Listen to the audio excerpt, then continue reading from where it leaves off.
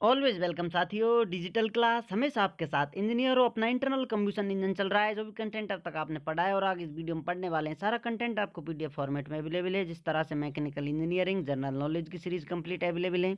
इन नोट्सों का इस्तेमाल आप SSC, RRB, state, JEE, GATE, BTech, AMI के एग्जामिनेशन के लिए कर सकते हैं।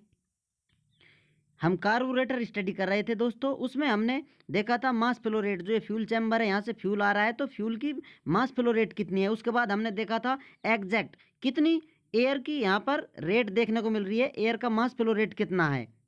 अब यदि एयर का मास फ्लो रेट आप लगभग लमसम लेना चाहें, अप्रोक्सीमेटली लेना चाहें, लगभग किस प्रकार से मास फ्लो रेट आप निकाल सकते हैं।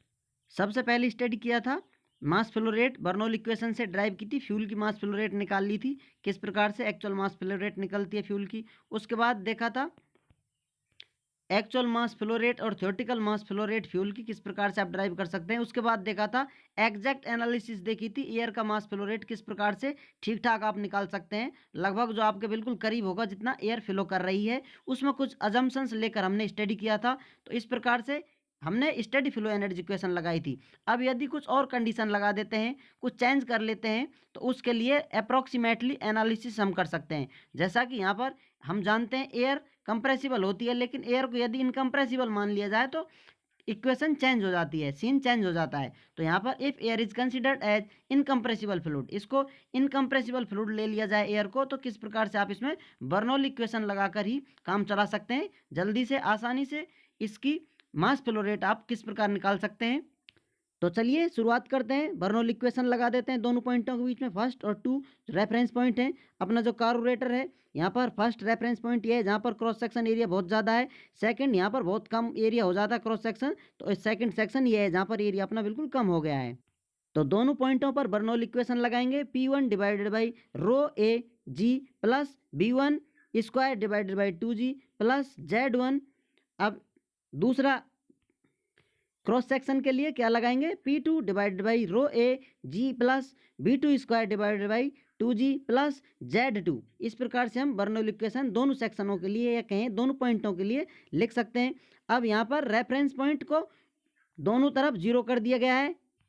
इसे आप मानकर चल सकते हैं पोटेंशियल एनर्जी जीरो है, नेग्लेक्टेड है, या जो इस प्रकार से अपना ट्यूब बना हुआ है जिसमें यहाँ पर संकीर्ण एरिया है, थ्रॉटलिंग हो रही है, इसको आप इस प्रकार से लेकर चलें। यहाँ से रेफरेंस पॉइंट लें इसका, जहाँ से एयर फिल हो रही है, दोनों का रेफरेंस पॉइंट सेम है, इसलिए Z1 Z2 को यहाँ पर इग्नोर कर हटा कर चल रहे हैं। कार्बोरेटर पाइप को वर्टिकल ना कर हॉरिजेंटल कर लिया जाए इस प्रकार से। तो किस प्रकार से होगा, इस प्रकार से होगा। तो जो मेन लाइन है, इनकी रेफरेंस लाइन आप यहाँ से लें, तो दोनों की यहाँ पर भी जो हाइट है, यहाँ पर जो हाइट है सेम होगी, तो इन दोनों को Z1 Z2 को हटा दिया गया है। वेलोसिटी B1 इग्नोर कर दी गई, क्योंकि हम जानते हैं वेलोसिटी B1 बहुत कम होती है और B2 बहुत ज़्यादा हो जाती है। थ्रॉटलिंग प्रोसेस की तरफ जहाँ पर जाए क्रॉस सेक्शन कम हो जाता है, वहाँ पर वेलोसिटी अधिक हो जाती है, तो इसे ही लेकर हम चलते हैं। तो अब इसमें से आप B2 निकाल लेंगे तो अंडर रूट आ जाएगा, और ये 2G है, ये मल्टीप्लाई हो जाएगा। तो यहाँ पर B2 is equal to under root 2, bracket में है P1 minus P2 divided by rho A, बटे में रो जी था और यहाँ पर 2G था, तो G से G कैंसिल आउट हो जाएगा। फाइनल आपको इक्वेशन ये प्राप्त होती है। अब ये क्या है, B2 वेलोसिटी है एयर की सेकंड क्रॉस सेक्शन पर या थ्रॉटलिंग एरिया में, तो मास फ्लो रेट आप आसानी से निकाल सकते हैं। Mass flow rate of air is equal to density of air, cross section area जहाँ से एयर फ्लो हो रही है ए, और वेलोसिटी, जिस वेलोसिटी से एयर फ्लो हो रही है। तो अब यहाँ पर VA हमने निकाल लिया है, V2 या VA दोनों एक ही बात है, बराबर सेकेंड पॉइंट की हम बात कर रहे हैं। तो यहाँ पर mass flow rate of air is equal to rho A under root 2, bracket में है P1 minus P2 divided by rho A. अब यहाँ पर वही सेम कंडीशन आ जाती है, तो यहाँ इसको आप कट करेंगे तो यहाँ पर इस पर अंडर रूट आ जाएगा, तो ए बाहर रह जाता है, एरिया क्रॉस सेक्शन का बाहर रह जाता है, ब्रैकेट में आ जाता है अंडर रूट 2 रो ए, ब्रैकेट में P1 माइनस P2। अब ये आपको थ्योरेटिकल या ideal mass flow rate of air प्राप्त हो चुकी है। इसे आप एक्चुअल बनाना चाहें तो इसमें फिर आपको कोफिशिएंट मल्टीप्लाई कराना होगा। Actual mass flow rate of air is equal to CDA under root 2 rho A P1 minus P2, ये ब्रैकेट में है, तो सेम कंडीशन ये है। अब इसमें आपने सिर्फ कोफिशिएंट ऑफ डिस्चार्ज लगा दिया है फॉर एयर के लिए। इसको थ्योरेटिकल से एक्चुअल बनाने के लिए आप कोफिशिएंट मल्टीप्लाई करते हैं, तो इस प्रकार से आपकी नई इक्वेशन प्राप्त हो जाती है आसानी से। अब ये हमने क्यों प्राप्त किया, क्योंकि हम एयर फ्यूल मिक्सचर किस प्रकार बनाना चाहते हैं, किस प्रकार से कौन सा रेशियो बने, कितनी टर्म में कौन सा फ्यूल सप्लाई किया जाए, कौन सा फ्लूइड दिया जाए। अब इन इक्वेशनों की सहायता से हम आसानी से एयर फ्यूल रेशियो को लिख सकते हैं। तो एयर फ्यूल रेशियो एयर का कौन सा है, जो अभी आपने निकाला था, एयर की मास फ्लो रेट है, सेम इक्वेशन आपने यहाँ लिख दिया। फ्यूल की मास फ्लो रेट जो पिछली वीडियो जो हमने स्टडी की थी उसको यहाँ पर लिख दिया है, मास फ्लो रेट ऑफ फ्यूल, जो कि हमने इस प्रकार से देखी थी, एक्चुअल मास फ्लो रेट। ये इक्वेशन डायरेक्ट हमने वहाँ पर पुट कर ली है।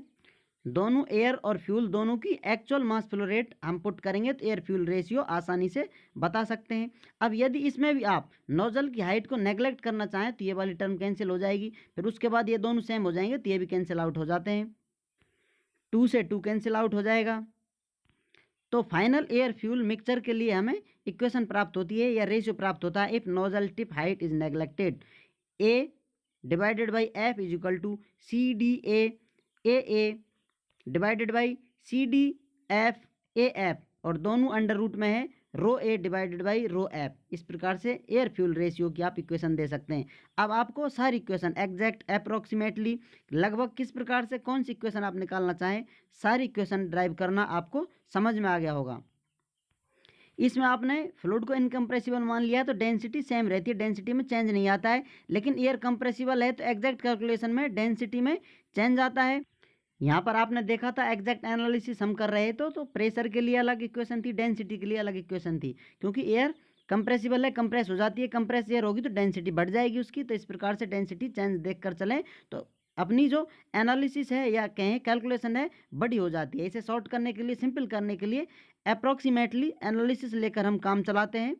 अब आपको जैसी आवश्यकता है सारी इक्वेशन किस प्रकार से ड्राइव की जाती है, क्या रिलेशन होता है, अच्छे से ड्राइव करना आ गया है। सभी पहलू आपको डिटेल में समझा दिए गए हैं। जैसी आपकी रिक्वायरमेंट हो, जैसा आपसे पूछा जाए उसका आप आसानी से उसी भाषा में समझाने का पूर्ण प्रयास कर सकते हैं, क्योंकि अभी आपको सारे पॉइंट ऑफ व्यू पता है क्यों किस प्रकार से क्या किया जा रहा है। अब नेक्स्ट टॉपिक की तरफ आएंगे साथियों, requirement of air fuel ratio की रिक्वायरमेंट किस प्रकार से होंगी, कहाँ कैसा एयर फ्यूल मिक्सचर चाहिए, नेक्स्ट वीडियो में डिटेल में जानेंगे। जैसा हम जानते हैं साथियों, स्टेडी ऑपरेशन हो, यदि कंटिन्यू एक रफ्तार पर सब कुछ चल रहा हो तो उसमें आइडलिंग आती है, क्रूजिंग आती है, मैक्सिमम पावर आती है। अनस्टेडी ऑपरेशन कौन से होते हैं, जो स्टार्टिंग में हम स्टार्ट करते हैं, एक्सेलरेटिंग करते हैं, ये सब जानेंगे डिटेल में। उम्मीद करते हैं विद्वानों वीडियो में दी गई जानकारी आपको अच्छे से समझ में आई होगी। अभी भी आपका कोई कंफ्यूजन है तो आप हमसे कमेंट कर पूछ सकते हैं। साथियों आप चाहें तो कांटेक्ट कर सकते हैं, कांटेक्ट लिंक आपको वीडियो डिस्क्रिप्शन में मिल जाएगा। वीडियो को अंत तक देखने के लिए, चैनल को सपोर्ट करने के लिए आपका दिल की गहराइयों से बहुत बहुत धन्यवाद। मिलते हैं नेक्स्ट वीडियो में। जय हिंद, वंदे मातरम।